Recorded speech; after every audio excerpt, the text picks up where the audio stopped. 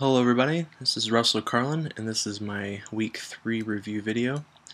And this week we're going to start on the Android because I actually got it working and everything is going good on it, so I'm kind of excited about it. I actually switched to the newest Android emulator instead of 2.3.3 I think was the one I was using before, and this one actually works. So we're just going to go through real quick and make an item and it'd be awesome. So first I'm gonna go to my old CRUD to just clear everything. This clears the local storage, which I haven't added that feature to this yet, but I have on that, so I can just go back there to do that. So alright, we're just going to add a bunch of randomness in here just for time's sake. So hopefully this is not a massive video. I think my last one was like 6 minutes or something like that. And also like this emulator because the picture changes so that you can know if the picture is different, because the other one it was just the same picture every single time. This one has a little movie deal. It's moving around so you can actually have different pictures so you know if it's working properly or not. Alright, so there's the image. And this was what I couldn't fix before, which I just messed up because I didn't have the location. Before it would crash when I would put in the stuff. I have to wait for it to time out now. There it is. Before it would crash when I'd put in the coordinates here, and then it would crash right there. But now it's working. So this emulator works. I don't know why the other one didn't work, but the newer one does work. So, and then there's an add button here that I added,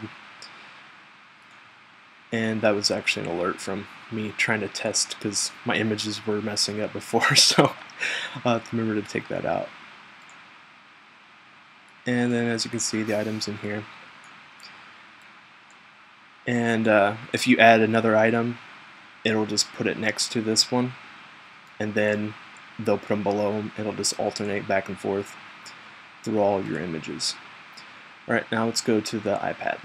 Alright, we got the iPad loaded up here, and this is the same thing. I'm going to go over just making another image. I might do actually two of them just so you can see them side by side, just to see the layout there. But I don't have anything saved in here right now, and we're just going to once again just put some random stuff in here just to make it quick.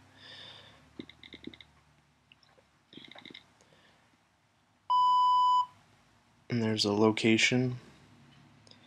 That's just there at the bottom. I changed the text too on that. And picture, well, let's take a picture of this remote sitting here.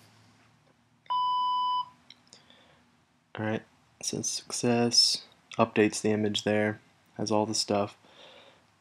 Go to add, and there's my alert, my debugging alert still. And you can see that it's get all the stuff here. You can see it's still updates in there.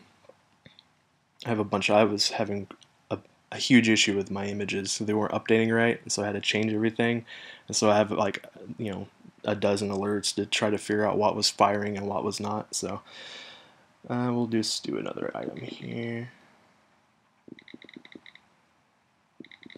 Which that's one thing I don't like about the iPad, is it's kind of hard to figure out what's, you know, working and what's not, because there's no console. So you have to do all alerts, which alerts are fine and all, but sometimes it's kind of difficult. Like I said, I have them all through every step. Basically, is I have alerts saying, okay, this works, this works, this works, and then when I don't get one, I can realize that okay, it's breaking at that point.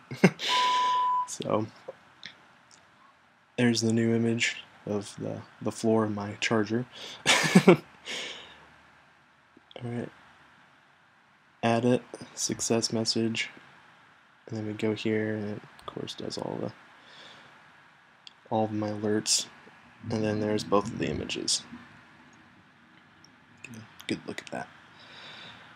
So it's all working finally, Only thing I want to do is add like edit and delete so that you can actually, bring it up in the form and delete things that you don't want, the items. Also a clear stash one, because after a while everything kind of gets built up in there. So that would be nice. I'll probably do that next week. And yeah, but everything's working smoothly so far. So I will see you all next week. I also forgot, I wanted to do a quick little video of just some of the code that works, how it makes it work or whatever. For this week is I'm using actually two different, or three altogether. I'm using the camera, obviously, and then I'm using the file system, and also I'm using storage. And here's one of the file system. This is when it's creating the folder for the epics folder, so that it stores all the images in at the root or whatever. So this, I just put labels on all these just to make it so it's a little simpler to read, but basically it gets the file system, gets the image the picture you just took, creates the folder if it's not already created, then moves that image and renames it, which is the ID, so that I can pair them up with all the local storage files, and then it updates the image to the template. So that's all that stuff. And let's see if I can find the other parts. Populate stash. This is probably one of the bigger blocks of code I've written before. But this is the one that just it gets the image stuff for all your items, and it basically creates the template in each slot as there is.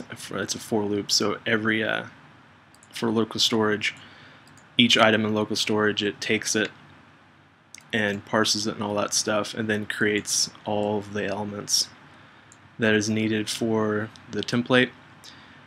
And then the image, I had to make it move. This is what had all those error alerts and stuff. This was how I fixed it, because I did have this down in here, and it was only making it so that the last one would update, so the images would all be the same. But this one makes it so that it's just the file system, so that it'll get an image for each new one. So that worked out pretty well. And I almost forgot the last one, which is where it saves into local storage, and is right here. So it takes the item and takes all the stats and all the everything.